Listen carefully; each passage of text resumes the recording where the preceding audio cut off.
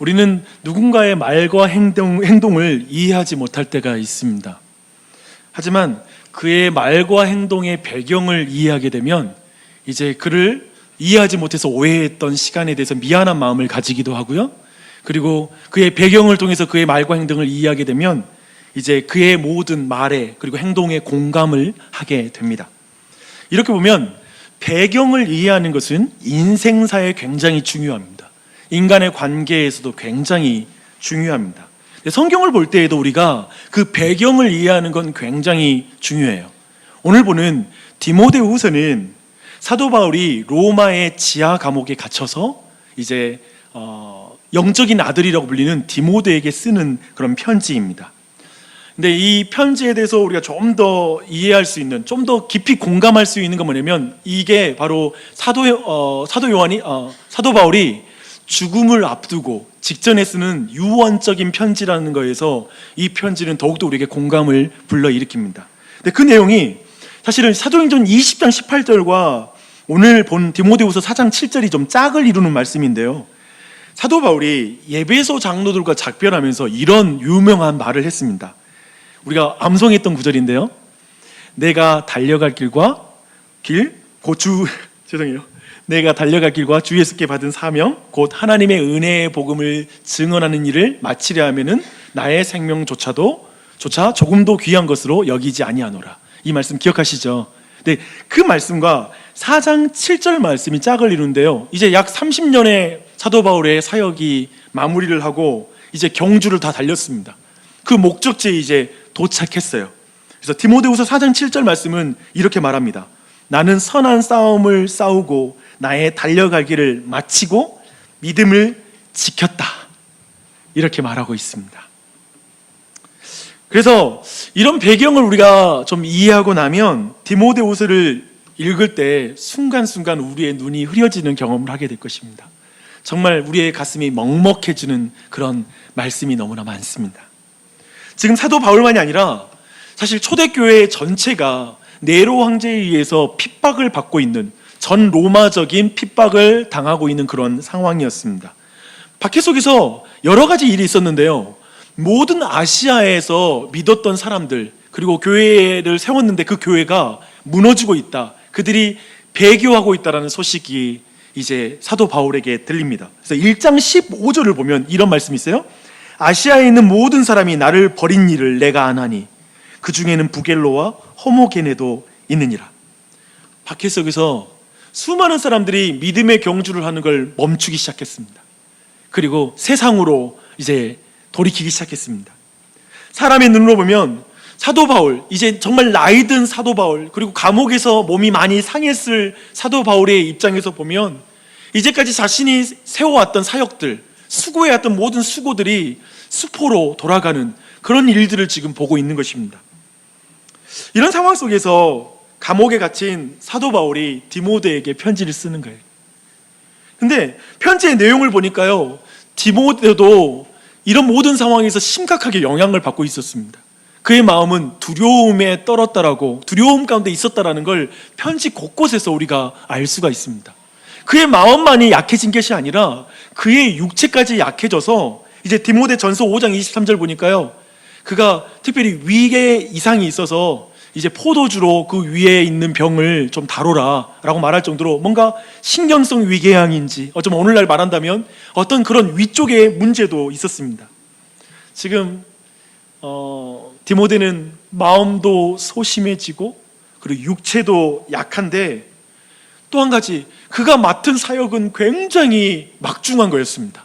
왜냐하면 지금 이 편지가 사도 바울이 쓴 마지막 편지로 알려져 있는데요, 이 마지막 편지가 디모데에게 도착한 것을 봐서 우리는 디모데가 굉장히 초대교회에서 중요한 위치라는 것을 충분히 짐작할 수 있어요.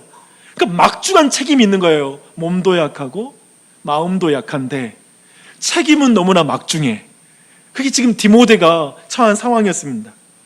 사도 바울이 주목하는 것은 이제 기독교의 지도자의 역할을 그가 잘 감당해야 된다는 걸 말하면서 이 편지를 쓰고 있는 것이죠. 근데 사도 바울은 이 마지막 편지를 소심하고 병약한 디모데, 그는 다음의 경주자잖아요. 이미 사도 바울은 자신의 경주를 다 마쳤고 다음의 경주자인 그 디모데에게 이 모든 바통을 넘기는 그런 말을 하고 있는데요. 이 사실 저는 마지막 편지가 디모데 개인에게 매우 사적이면서도 한 사역자를 세우는 그 말씀에서 하나님이 이 땅에서 하나님의 나라를 이루는 방법과 그리고 하나님 아버지의 마음을 좀 느낄 수 있었습니다. 사랑하는 여러분, 사도 바울이 남긴 것은 교회 건물이 아닙니다. 사람입니다. 사도 바울이 마지막까지 이루고 싶어 하는 건 뭐냐면 어떤 이벤트의 성취가 아니라 디모데라는 한 사역자를 세우고 싶은 거예요. 사람을 세우고 싶은 거예요. 또한 사도 바울은 자기 당대에 내 사역만 잘하면 돼, 그 다음에 후임이 어떻게 하든 상관없어 라는 그런 마음을 갖는 것이 아니라 어떻게든 그 다음에 사역자가 다시 일어서고 그리고 격려하여서 그가 똑바로 서서 힘껏 그 사역을 감당하는 그 마음을 갖고 있는 것입니다. 그래서 오늘 사도 바울의 말은 한편 너무 그 유언적인 말이라서 너무 묵직한 말씀이기도 한데, 한 사람을 사랑하여 그리고 그 살자를 세우기 위하여 말하는 사랑의 말씀이라는 걸 우리가 느낄 수가 있습니다. 어쩌면 우리가 사는 이 시대는 네로와 같은 박해자도 없고 우리 모두에게는 칼과 총으로 우리를 신앙 때문에 핍박하는 사람은 없을 것입니다. 하지만 우리가 사는 이 세상은 여전히 기독교 그리고 기독교인에 대해서 적이감을 가지고 있는 그런 사람들을 많이 만날 수가 있습니다. 많은 사람들이 이 상황 속에서 배교하지는 않더라도 많은 그리스도인들이 세상 속에서 자신의 경주를 멈춘 사람들, 진지하게 세상 속에서 하나님의 사명을 감당하지 못하고 뒤로 물러나서 낙심해 있는 사람들, 두려움 가운데 떠는 사람들, 그런 사람들은 충분히 만날 수가 있습니다. 어쩌면 이런 말을 하는 분들도 있을 것 같아요. 저는 하나님 소심해요. 저 겁 많은 거 아시잖아요. 그리고 하나님, 제가 육체가 얼마나 약한지 아시죠? 정말 체력이 약해서 저는 하나님의 사명을 감당할 담력도 없고 체력도 안 됩니다. 내가 어떻게 그런 일을 감당해요? 어쩌면 이렇게 말하면서 뒤로 물러선 사람들이 있을 것입니다. 오늘 이 말씀, 사도 바울을 통해서 디모데에게 주어진 그 말씀이 1차적이지만 사실 이 말씀은 그렇게 육체가 약하고 마음이 약하여 그리고 여러 가지로 두려움 가운데 그리고 병 가운데 하나님의 사명 앞에 두려워 떠는 사람들에게 하나님께서 사랑으로 권면하시면서 그를 일으켜 세우시는 말씀입니다. 그래서 우리 모두에게 이 말씀 가운데 하나님의 위로를 경험하기를 축원합니다. 그런 은혜 넘치길 바랍니다. 사도 바울은 디모데후서에서 4가지의 명령을 디모데에게 합니다. 오늘 우리가 본문을 통해서 보는 것은 4번째 명령입니다. 그 명령이 2절 말씀이거든요. 함께 2절 말씀 읽겠습니다. 시작. 너는 말씀을 전파하라. 때를 얻든지 못 얻든지 항상 힘쓰라. 범사의 오래 참음과 가르침으로 경책하며 경계하며 권하라. 사도 바울의 마지막 명령은 따라하겠습니다. 너는 말씀을 전파하라. 너는 말씀을 전파하라. 여러분, 지금 이 명령이 지금 이 순간 여러분에게 어떻게 와닿습니까? 주목할 것은 이 명령이 사도 바울이 굉장히 엄한 명령이다, 엄중한 명령이라고 강조해서 말한다는 거예요. 1절을 한번 보십시오. 1절 말씀 다 함께 읽어볼게요. 시작. 하나님 앞과 살아있는 자와 죽은 자를 심판하실 그리스도 예수 앞에서 그가 나타나실 것과 그의 나라를 두고 엄히 멍하노니. 지금 말씀을 전파라 하라는 명령 앞에 굉장히 엄한 명령이라는 걸 여러 가지로 수식해 가면서 걸면서 엄한 명령을 지금 내리고 있는 걸 보게 되죠. 여러분 한번 상상해 보세요. 지금 하나님의 말씀을 지키면 핍박을 받아요. 하나님의 말씀을 그대로 지켜도 손해보고 누구 한 사람 인정해 주는 사람 없고 교회 곳곳에 많은 사람들이 배교하기 시작했어요. 그런데 그때 너는 하나님의 말씀을 전파라 라는 그 명령을 여러분은 어떻게 듣고 있고 이 당시 사람들은 어떻게 들었을까요? 디모데는 이 말씀의 명령을 어떻게 들었을까요? 어쩌면 그런 시대에서 사람들은 이런 명령, 너는 말씀을 전파하라, 이 명령은 많은 사람들이 관심 없는 주제일 것이고요, 중요하다고 생각하지 않는 명령일 거예요. 그리고 그 명령을 왜 이렇게 엄한 명령이라고 말하는지 잘 이해가 안 될 수 있습니다. 근데 왜 사도 바울은 이렇게 엄하게 명령하는 걸까요? 사도 바울은 말씀을 전파라 라는 명령을 하나님 앞에서 따라야 할 명령이라고 받아들입니다. 사람 앞이 아니라 다른 사람 상관없이 하나님 앞에서 너는 이 명령 들어라.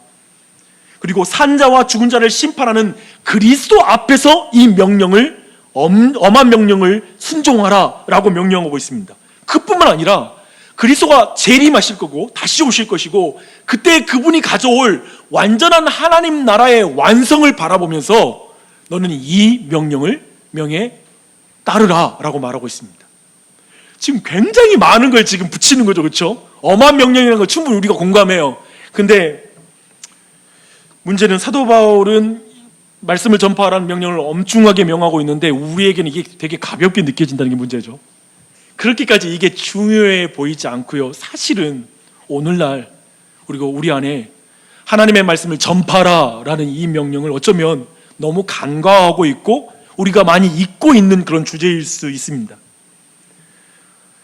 먹고 사는 것에 정신이 없는 인생에서 우리에게 시급하고 중요한 건 먹고 사는 것과 관련된 거 아니겠습니까?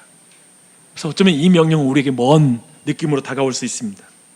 그런데요, 이 명령이 왜 우리에게 이렇게 멀게 느껴질까? 말씀을 전파하라는 명령이 왜 우리에게 와닿지 않을까 생각할 때 우리는 먼저 1장, 2장, 3장에서 세 가지 명령을 주시는데요, 사실은 그 명령을 하나하나 살펴보고 4장에 도착했을 때 이 명령이 좀 더 이해가 돼요. 즉 1층, 2층, 3층 올라가야 4층이 잡히잖아요. 그것처럼 특별히 세 번째 명령, 우리 3장 14절 이하의 말씀에서 말하는 세 번째 명령이 마음에 좀 있어야 이 4장의 명령이 마음에 와닿습니다. 우리 3장 14절로 16절 말씀 함께 읽겠습니다. 시작. 그러나 너는 배우고 확신한 일에 거하라. 너는 내가 누구에게서 배운 것을 알며 또 어려서부터 성경을 알았나니 성경은 능히 너로 하여금 그리스도 예수 안에 있는 믿음으로 말미암아 구원에 이르는 지혜가 있게 하느니라. 모든 성경은 하나님의 감동으로 된 것으로 교훈과 책망과 바르게 함과 의로 교육하기에 유익하니 이는 하나님의 사람으로 온전하게 하며 모든 선한 일을 행할 능력을 갖추게 하려 함이라. 세 번째 명령 한번 따라해 볼까요? 배우고 확신한 일에 거하라. 특별히 디모데는 매우 어렸을 때부터 외조모 로이스와 어머니 유니게로부터 배워온 게 있다라고 성경은 디모데 후서 1장 5절에서 말하고 있습니다. 근데 그가 배운 게 뭐냐면 성경 말씀입니다. 어려서부터 외조모와 어머니로부터 성경 말씀을 배웠어요. 그래서 지금 바울이 말하는 건 너가 배웠던 성경 말씀에 거해라 라고 지금 명령하고 있는 것입니다. 왜냐하면 첫 번째, 하나님의 말씀을 들음으로 예수님을 향한 믿음이 생기고 그 믿음으로 말미암아 구원을 얻는 지혜를 얻기 때문에 성경 말씀은 매우 중요합니다. 그래서 그 말씀에 거하라 라고 지금 명령하고 있습니다. 구원과 관련이 있는 거예요. 두 번째는 뭐냐면 하나님의 말씀으로 우리가 하나님의 사람이 될 뿐만 아니라 온전하게 될 뿐만 아니라 하나님의 사람으로서 선한 일을 할 수 있는 능력이 하나님의 말씀에 있기 때문에 바로 말씀에 거하라 라고 이렇게 명령하고 있습니다. 그래서 우리는 말씀으로부터 구원이 나오고요, 말씀으로부터 구원받는 백성으로서의 온전한 삶이 나옵니다. 그래서 이렇게 보면은 성경 말씀이 굉장히 중요한 거예요. 그렇죠? 여러분 얼굴 왠지 뭐가 중요해 이런 표정 아니시죠? 여기 지금 제가 한 권의 책을 가져왔어요. 이 책을 여러분이 펼쳐 읽기만 하면 이 땅에 사는 동안 여러분이 상위 1%의 부자가 될 수 있는 모든 지혜와 통찰력이 생겨요. 그리고 이 땅에서 여러분을 잘 살게 만드는 능력까지 부어주는 그런 신비한 능력이 있는 책이 있습니다. 여러분 그 책이 여기 있으면 우선 승규 형제가 제일 먼저 달려와서 볼 것 같습니다. 그렇죠? 그리고 그런 책이 있다면 여러분은 그걸 끼고 살 것이고 누구에게도 빼앗기지 않고 그걸 날마다 볼 것입니다. 그렇게 귀한 거죠. 이 땅을 사는 동안 상위 1%, 그리고 정말 잘 살게 하는 지혜까지 주니까, 의미 있는 삶을 살게 만들어준 지혜까지 주니까 얼마나 좋습니까? 그런데 이 책에 기록된 하나님의 말씀은 우리에게 구원을 얻게 하는 지혜를 줍니다. 아멘. 영생의 은혜를 줍니다. 그리고 우리로 이 세상에서의 부자 정도가 아니라 하나님 나라에서 하나님의 사람으로서 이 땅을 살아갈 수 있는 실질적인 능력을 준다라고 성경은 말하고 있습니다. 사모함이 생기세요? 어서 그 책을 펴서 읽어야 되겠다라는 마음이 있으세요? 사도 바울은 그렇기 때문에 말하는 거예요. 디모데에게 너는 하나님의 말씀에 거하라. 이 말은 뭐냐면 그 말씀에 푹 빠져라. 풍덩 그 말씀에 빠져들어라 라고 이렇게 명령하고 있습니다. 문제는 하나님의 말씀에 거하라, 풍덩 빠지라는 말이 우리에게 또 이 명령도, 세 번째 명령도 우리에게 좀 와닿지가 않는다라는 것입니다. 아마도 그게 진짜 와닿았으면 우리는 정말 성경을 사랑하고 열심히 보겠죠. 근데 아마도 우리가 지금 매주마다 성경을 읽는 매일매일의 태도, 여러분이 성경을 대하는 태도가 아마도 그 성경을 향한 여러분이 맛보고 있는 기쁨 그리고 유익이 그 안에 있을 것입니다. 근데 왜 이 명령이 세 번째 명령도 와닿지 않을까? 왜 그럴까요? 사도 바울은 그 이유를 3장 1절부터 이렇게 말하고 있어요. 한번 3장 1절을 보십시오. 굉장히 중요합니다. 제가 이걸 다른 번역으로 읽어드릴게요. 너는 이것을 알아라. 말세에 어려운 때가 올 것이다. 사람들은 자기를 사랑하고 돈을 사랑하고 잘난 척하고 교만하고 하나님을 모독하고 부모에게 순종하지 않고 감사할 줄 모르고 거룩하지 않고 무정하고 화해하지 않고 남을 헐뜯고 무절제하고 난폭하고 선한 것을 좋아하지 않고 배반하고 무모하고 자만하고 하나님을 사랑하기보다 쾌락을 더 사랑하고 경건의 모양은 있으나 경건의 능력은 인정하지 않게 될 것이다. 너는 이런 사람을 멀리하라. 근데 지금 여기에 나오는 모든 사람이 세상 사람이 아니라 교회 안에 있는 사람들이 마지막 때에 이렇게 살 거라고 말하는 것입니다. 바울은 하나님의 말씀에 사람들이 풍덩 빠지지 않는 이유는 뭐냐면 교회 안에 있는 사람들이 세상을 사랑하고 돈을 사랑하기 때문에 그렇다라고 말하고 있습니다. 교회에 다니는 사람들이 무정하고 그리고 화해할 줄 모르고 남을 헐뜯고 무절제하고 난폭하고 선한 것을 좋아하지 않는 이유가 뭔지 아십니까? 왜냐하면 하나님을 사랑하는 것보다 쾌락을 더 사랑하기 때문이라고 말하고 있습니다. 지난주에 제가 포털 사이트에서 되게 안타까운 기사 하나를 읽었습니다. 제가 그 제목 보고 깜짝 놀라서 클릭을 했어요. 그 기사의 제목은 이렇습니다. 목사님의 두 얼굴, 무차별 폭행에 성추행까지라는 그런 기사였습니다. 기사를 열어보니까 영상까지 첨부되어 있더라고요. 그래서 영상도 봤습니다. 지난 3월에 인천에 있는 한 술집에서 한 목사가 술집 여주인과 다투다가 나중에 결국에 양주병으로 그 주인의 머리를 내리쳤습니다. 그 기사 그리고 그 영상을 보며 세상 사람들은 어떻게 생각했을까요? 뻔하게 연상이 될 것입니다. 근데 전 다른 질문이 있습니다. 여러분은 어떻게 생각하세요? 여러분은 어떻게 생각하세요? 저는 그 기사 보는데 사실 이번 주에 말씀 준비하고 있었으니까요. 디모데후서 3장의 이 말씀이 생각나는 거예요.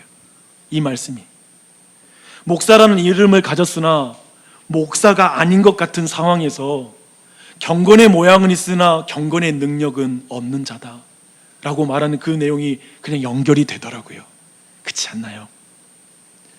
3장 7절을 보니까요, 자기를 사랑하고 돈을 사랑하는 사람, 하나님을 사랑하는 것보다 쾌락을 더 사랑하는 교인, 그들이 결국 어느 지점에 도착하는지가 3장 7절에 정말 무서운 말이 기록되어 있거든요. 이것입니다. 항상 배우나 끝내 진리의 지식에 이를 수 없느니라. 교회 안에서 항상 성경 공부하고 제자 훈련하고 주일마다 와서 말씀 듣지만 끝내 진리의 지식에 이를 수 없을 것이다 라고 말하는 것이죠.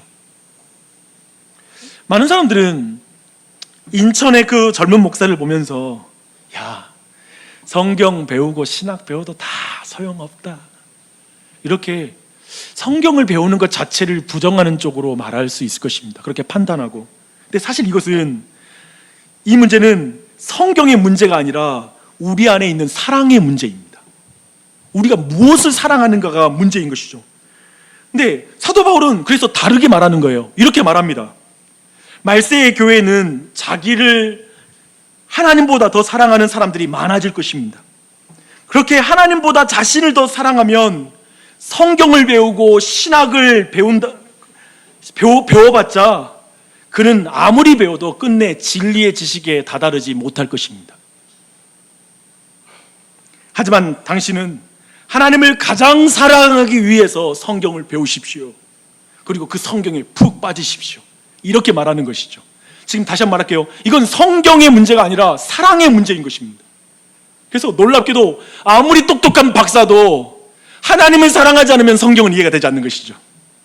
이건 사랑의 문제이니까요. 그리고 아무리 무식해도, 아무리 배우지 못한 사람일지라도 하나님을 가장 사랑하는 사람이 성경을 가장 잘 이해할 수 있습니다. 이건 사랑의 문제이니까요. 그래서 성경을 성령의 도심으로 바르게 읽으면 성경에 빠져요. 그리고 하나님 사랑에 빠지게 됩니다. 흠뻑 젖게 됩니다. 사실 죄인을 향한 하나님의 사랑에 빠지게 됩니다. 그래서 그 사람들은 이렇게 노래를 불러요. 예수 사랑하심은 거룩하신 말일세. 우리들은 약하나 예수 권세 많도다. 함께 날 사랑하심, 날 사랑하심,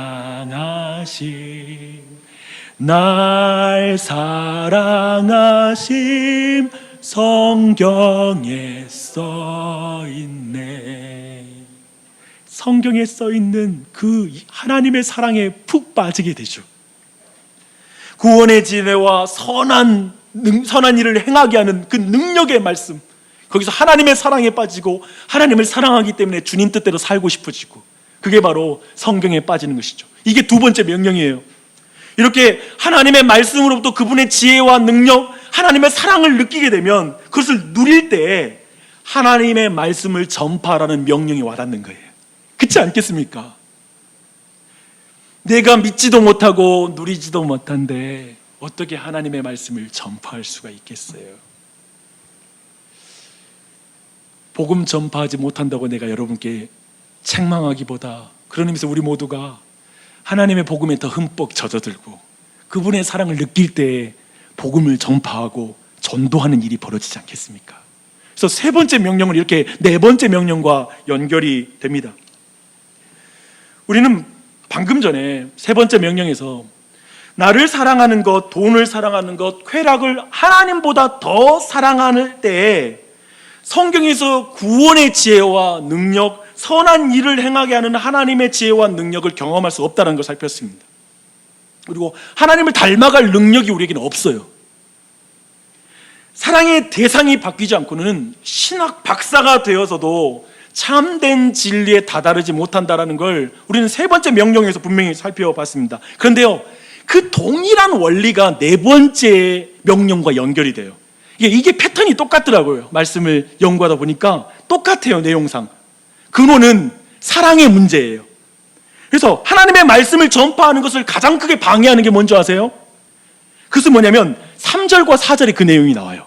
3절과 4절의 내용 함께 읽겠습니다. 시작. 때가 오면, 죄송합니다, 제가 다른 번역을 읽을 테니까요, 여러분 한번 눈으로 읽어보십시오. 때가 오면 사람들이 바른 교훈을 받지 않고 오히려 욕심을 따라 귀를 즐겁게 하는 말을 하는 스승들을 많이 모아들일 것이다. 또 그들은 진리에서 돌이켜 허황된 이야기에 귀를 기울일 것이다. 보십시오. 자기를 가장 사랑하는 사람인 거예요. 그리고 돈을 진짜 사랑하는 사람이야. 그리고 자신의 쾌락이 가장 중요한 사람이에요. 그 사람이 교회에서 듣고 싶어하는 메시지가 뭘까요? 자기 욕심 채워주는 말, 자기가 사랑하는 것을 권장해주는 말, 장려해주는 말, 그것을 죄라고 말하지 않는 것, 괜찮다고 욕망하라고, 마음껏 욕망하라고 말해주는 것, 그런 걸 원할 거예요. 즉 자기 사랑과 쾌락이 가장 중요한 시대에 교회마저도 바른 교훈과 그 교훈을 버려버리고 욕심을 따른 메시지, 그리고 자신의 귀를 즐겁게 하는 설교자가 교회 안에 넘쳐날 것이라고 지금 사도 바울은 경고하고 있는 거예요.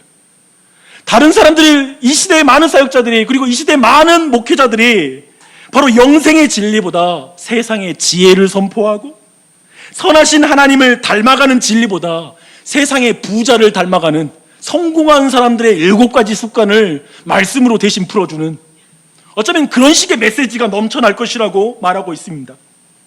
그리고 그들이 그렇게 사람들의 귀를 즐겁게 해주고 욕심을 채워주는 메시지를 전하는 자들이 사람들의 인정을 받고 그 사람들이 도리어 많은 재정 그리고 많은 유익들을 누려갈 것이라고 사도 바울은 말하고 있습니다. 사도 바울은 그런 시대에 디모데에게 명령하는 거예요. 그러나 너는, 디모데 후서에 4번 등장하는 말이에요. 그러나 너는, 세상 다 그렇게 가도 너는 이래야 돼. 너는 모든 일에 신중하여 고난을 받으며 전도자의 일을 하며 내 직무를 다하라. 이 명령을 하는 것입니다. 이건 일괄적으로 목회자에게 하는 말이기도 하지만 우리 모두에게 하시는 하나님의 말씀입니다. 디모데야, 다른 지도자들이, 다른 사람들이 어떻게 가든 다른 사람은 너의 기준이 아니야. 내 인생의 기준은 다른 사람 아니야. 우리 청소년들, 다른 친구들이 예배 안 드리는데 그게 여러분의 기준 아니죠. 예배 시간에, 아니면 이 시간에 다른 것을 하는데 그게 여러분의 예배의 기준이 될 수 없죠. 그렇죠? 우리 모두의 기준은 그런 게 아니죠. 지금 그걸 말하는 거예요. 그리고 이렇게 말해요. 신중해라. 여기서 이 신중하라는 말은 뭐냐면, 그런 세상에 신중하지 않으면 휩쓸려 간다는 말입니다. 신중해라. 안 그러면 이 세상의 그 흐름, 그런 시대로 간다. 이 마지막 시대의 문제는 뭐냐면, 교회가 없는 것도 아니고요, 교회 시간에 설교가 없는 게 아니라는 거예요. 설교 시간에, 그리고 말씀 시간에 말씀 자체가 왜곡되어서 인간의 욕심과 탐욕을 채우고 더 이상 우리에게 양심의 가책이 없는, 우리 안에 더 이상 우리의 삶을 돌이키게 하지 않는 회개 없는 메시지를 권장해 주는 게 마지막 시대의 복음 전도의 가장 큰 방해라고 성경은 말하고 있는 것이죠. 너는 하나님 앞에서, 그리스도 앞에서, 다시 오실 심판주 앞에서 전도자의 일을 해라. 메신저는 보낸 자의 메시지만 전하면 된다. 세상 어떤 일이 있어도, 고난이 닥치더라도 메시지를 바꾸지 마라. 왜곡시키지 마라라는 게 지금 사도 바울이 디모데에게 권면하는 거예요. 생각해보세요. 지금 이 시대, 이 당시에도 그냥 메시지가 바뀌고 사람들이 배교하고 막 이런 일이 벌어지고 있는 거예요. 그 상황에 이 말씀을 주는 것입니다. 자기애가 가득하고 돈을 사랑하는 시대, 그리고 쾌락을 사랑하는 시대를 우리는 살고 있습니다. 제가 요즘 최근에 우리 이런 책 제목 들어봤을 거예요. 욕망하라 라는 책이죠. 인류 역사상 이처럼 욕망이 미덕이 된 시대는 없었습니다. 마음껏 너의 모든 걸 욕망하라. 그런 시대를 우리는 살고 있어요. 쾌락을 사랑하는 시대의 사람들은 시대에 맞는 재해석이라는 이름을 붙여서 이제 오늘날 시대에 맞는 메시지로 바꿔야 한다고 말하고 설교자들에게 그런 메시지를 가르치고 있습니다. 그렇다면 회중들도 마찬가지입니다. 그냥 저 말씀은 목사님의 해석이고, 그리고 성경의 그냥 해석이고, 내 입장에서는 이 말씀은 이렇게 이해하면 될 것 같아. 여러분, 그걸 주의하십시오. 물론 목사의 설교가, 해석이 틀림이 없이 완벽하고 무효하단 말이 아닙니다. 그러나 여러분이 말씀을 들을 때, 말씀에 따라서 옳게 해석할 때 그걸 아멘 하십시오. 여러분 스스로가 이건 내가 생각할 땐 이렇게 이해하면 좋을 것 같아 라는 식으로 바꾸는 것을 주의하십시오. 여러분이 성경 해석을 여러분의 자의적으로 하는 걸 주의하십시오. 이게 바로 마지막 날에 있는 현상이기 때문에 그렇습니다. 말세에 있는 현상이에요. 그래서 그것을 지금 사도 바울은 굉장히 주의시키고 있고 그걸 분명하게 강조해서 말하고 있습니다. 욕심에 따라 교회의 즐거운 말씀을 대체하는 시대, 다른 사람과 비교해서 사역하지 말고 하나님 앞에서, 그리스도 앞에서, 다시 오실 심판주 앞에서 부끄럽지 않게 사역해라. 너의 기준은 마지막에 심판주가 가지고 있는 말씀이지, 옆에 있는 너에게 조언해주고 인생을 말해주는 그 충고자도 아니고 스티브 잡스도 아니고 그 이 세상에 누구도 너에게 참된 진리에 대해서 충고할 자격은 없다. 하나님의 말씀이 가장 중요하다라고 말하고 있습니다. 말세의 가장 무서운 말은 다른 사람도 다 대강 믿고 사는데요. 아니, 목사들도 엉망으로 살고 있는데 저는 그냥 일반 신자 아닙니까? 목사님, 얼마나 말씀대로 사는 게 힘든 줄 아십니까? 많은 사람들이 이런 말에 휩쓸려 갑니다. 신중하십시오. 신중하십시오. 우리 청소년들 신중해요. 여러분의 인생이 지금 아까워요. 하나님의 말씀이 여러분을 깨끗하게 해요. 신중하십시오. 주 안에 사랑하는 여러분, 사도 바울은 그것을 잘 알고 있습니다. 그렇게 우리가 힘든 걸 분명히 알고 있기에 범사에 오래 참음으로 복음을 전하라, 신중하라, 신중하라고 말하고 있습니다. 알아요. 저도 알아요. 우리 성도들 세상 속에서 말씀대로 사는 것, 하나님 기준으로 사는 것, 그게 얼마나 힘든지 때로는 그냥 내가 옆에서 보는 것으로도 내 마음이 막 찢어져요. 얼마나 힘들까. 저런 억울한 일을 당하고 하나님 말씀 지키려면 얼마나 속상하고 힘들까. 그 마음이 나도 있어요. 같이 화나고 같이 분노가 생겨요. 저는 같이 욕해주고 싶어요. 근데 말씀대로 지키러 가라고 말하는 설교자, 제 자신도 힘들 때가 있어요. 근데 이것을 엄중하게 명령하고 있는데 내가 가볍게 웃으면서 희난하면서 말할 수는 없지 않습니까? 마지막으로 두려워하고 낙심해하는 디모데에게 죽음을 앞둔 바울이 이렇게 말해요. 저는 이 말씀 보면서 실제로 바울이 디모데를 만나면 이랬을 것 같아요. 쭈글쭈글해지고 아마 씻지 못해서 더러워진 그 감옥에 있는 그 손으로 디모데가 이렇게 울고 있고, 이제 곧 바울이 죽는다는 사실 앞에 낙심하는 얼굴로 고개를 숙이고 있는 그 디모데의 얼굴을 다 만져주면서, 그리고 그 얼굴을 자신의 얼굴을 보게 하는 거예요. 그러면서 아마도 이렇게 말하는 것 같이, 아마 실제로는 이렇게 말했을 거라고 생각해요. 그 말씀이 이거예요. 디모데야, 나는 이미 부어드리는 제물과 같이 제물로 드려졌고 세상을 떠날 때가 되었구나. 나는 선한 싸움을 싸우고 나의 경주를 마치고 나의 믿음을 지켰단다. 이제 나를 위하여 의의 면류관이 준비되었으니 곧 의로우신 재판장이 내게 주실 것이란다. 세상 사람들이 나에게 거짓말장이라고 말하고 세상 사람 다 인정 안 해도 의로운 재판장은 나에게 면류관을 준비하고 있단다. 그런데 이 일은 나뿐 아니라 주의 나타나심을 사모하는 모든 사람에게 동일하게 주님은 면류관을 준비하고 있단다. 디모데야, 그러니 너는 너의 선한 싸움을 싸워라. 너의 경주를 경주해라. 너의 믿음을 지켜라. 그리고 너를 위해 준비된 면류관을 받아라. 이렇게 말하는 것이죠.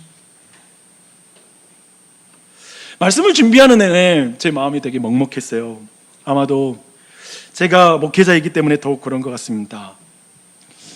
한편 말씀을 준비하는 내내 제가 좀 풀어야 될 문제가 있었어요. 그 문제는 뭐였냐면, 너는 말씀을 전파하라. 때를 얻든지 못 얻든지 항상 힘쓰라. 범사의 오래 참음과 가르침으로 경책하며 경계하며 권하라라는 말씀과, 나는 선한 싸움을 싸우고 나의 달려갈 길을 마치고 믿음을 지켰으니 라는 이 사도 바울의 고백이 말씀을 듣는 여러분 모든 회중, 비목회자 회중, 여러분들에게 어떻게 느껴지고 어떻게 적용될 수 있을까? 이게 좀 이걸 풀어야 되는 숙제였습니다. 어쩌면 이것은 디모데 같은 목회자에게 준 말씀이니까 이거 목사님에게 해당한 말씀인 것 같아요 라고 이걸 해석해버리면 간단한 문제죠. 근데 그렇게 간단하게 목회자에게 이 말씀을 넘겨버리면 여러분 모두는 여러분의 자녀들에게 이 말을 못하게 돼요. 나는 선한 싸움을 싸우고 나의 달려갈 길을 마치고 믿음을 지켰단다. 이제 후로는 나를 위하여 면류관이 준비되어 있지. 사랑하는 아들아, 딸아, 너도 너의 믿음의 경주를 달려야 돼. 너를 위해 준비된 면류관이 있어. 이 말을 또 못해버린다는 거예요. 그러기 원치 않죠, 그렇죠? 이것이 아무리 어려운 일이라도 이것이 나의 사명이라는 것을 생각하고 그것과 연결시키는 것이 바른 믿음일 것입니다. 사실 우리네 인생을 보십시오. 이 자리에 있는 청소년들 한번 생각해 보세요. 여기 있는 어른들 딱 봐봐요. 그리고 부모님 생각해 봐요. 그들도 여러분만 할 때가 있었어요. 징그럽지만 여러분의 시절을 지냈고 그때 부모님들도 꿈을 꿨고 그리고 때로는 성장하면서 꿈을 꿀 수 없을 정도로 절망할 때도 있었어요. 그리고 나서 대학에 가고 대학원도 가고 어떤 이들은 박사학위 이런 걸 따기 위해 외국에 나가기도 하고 정말 고생하면서 직장에 들어갔어요. 정규직, 어쩌면 비정규직이 나눠진 이 세상 속에서 여튼 안정적인 직업을 얻으려고 몸부림치면서 정말 안정적으로 가정을 이끌기 위해서 그 직업에 들어갔어요. 그러다가 어느 순간 결혼도 하고 아이도 들어서고 아이가 태어나고 여성들은 육아로 정신없이 보내고 매일 빨래하고 빨래 개는 게 일이고 집 청소하고 또 청소해도 그것은 끝나는 일이 아니었고 인생 내내 그렇게 치열하게 살았어요. 승진 때문에 전전긍긍하고 사람들에게 인정받으려고 아등바등하고 가족들을 먹여 살리려고 밤을 새워 일하고 굴욕적인 일에 참고 참으면서 여러분이 일했어요.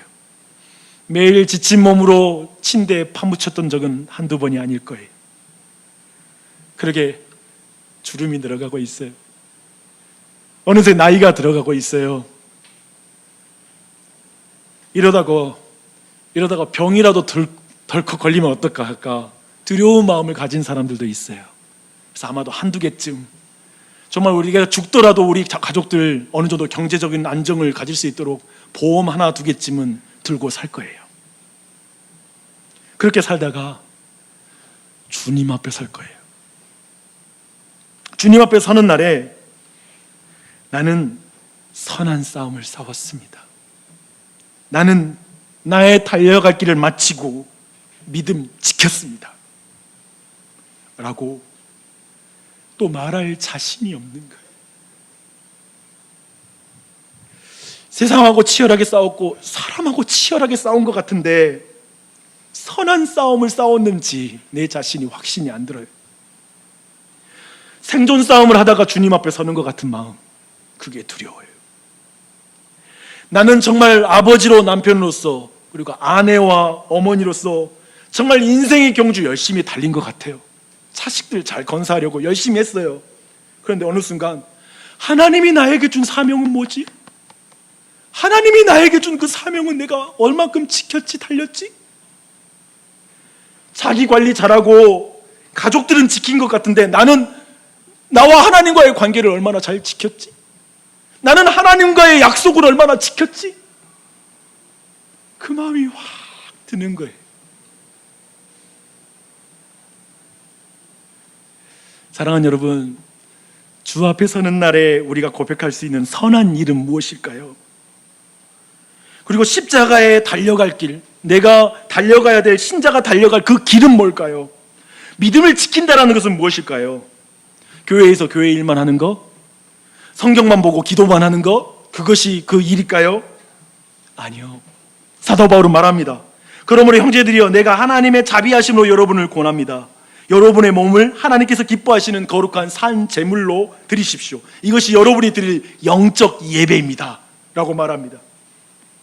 자기를 가장 사랑하고 돈을 사랑하고 쾌락을 사랑하는 시대, 사람들은 다 그렇게 자기애로 넘어가는 시대에 하나님을 가장 사랑하는 것, 왜냐하면 하나님만이 선한 분이시라고 예수님 말씀하셨고 그 하나님을 믿는 것이 하나님의 일이라고 말했다면 선한 일은 하나님을 가장 사랑하고 가장 사랑하는 분으로 믿는 것이 선한 일이에요. 그분을 믿으십니까? 하나님을 가장 사랑하는 사람으로 아버지와 남편으로 사십시오. 그것이 여러분의 사명이고 경주고 여러분이 걸어가야 될 길입니다. 하나님을 가장 사랑하는 어머니로 남편을 사랑하고 우리 자녀들을 사랑하십시오. 그게 여러분의 사명이요 여러분이 걸어갈 길입니다. 하나님을 닮아가는 자로 서는 것, 이 세상 속에서 거창하게 대단한 일을 하는 게 아니라 하나님을 가장 사랑하기 때문에 하나님의 말씀을 사랑하고 말씀에 푹 빠져 살고 하나님을 사랑하기 때문에 하나님의 말씀을 전파하고 살아가고, 세상의 그 누구가 기준이 아니라, 실례하지만 여러분이 비난하는 목사도 기준이 아닐 것이고, 어떤 직분자도 아닐 것이고, 어떤 사람도 아니에요. 언론에 나오는 목사 핑계로 여러분의 신앙의 정도를 조율하지 마십시오.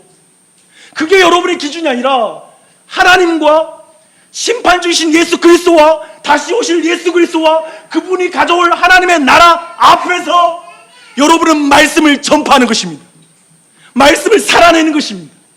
그게 바로 성경이 말하는, 그리고 사도 바울이 디모데에게 알고 있다, 이 세상이 악하고 수없이 많은 혼탁한 메시지가 전파되는 시대에서도 너가 그 말씀을 지켜가는 길은 바로 너가 하나님을 가장 사랑함으로 그 말씀에 거하고 전파하는 것이다 라고 말씀하고 있습니다.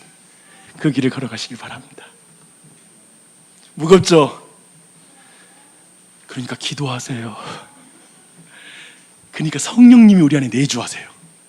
성령님 의지하지 않고 기도하지 않고 무겁다고 말하는 건 진짜 이건 못할 짓입니다. 그렇죠? 주님이 도우실 거예요. 성령님이 여러분 도우실 거예요. 아멘. 그 믿음의 사명을 잘 감당할 우리가 됐으면 좋겠습니다. 기도하시겠습니다.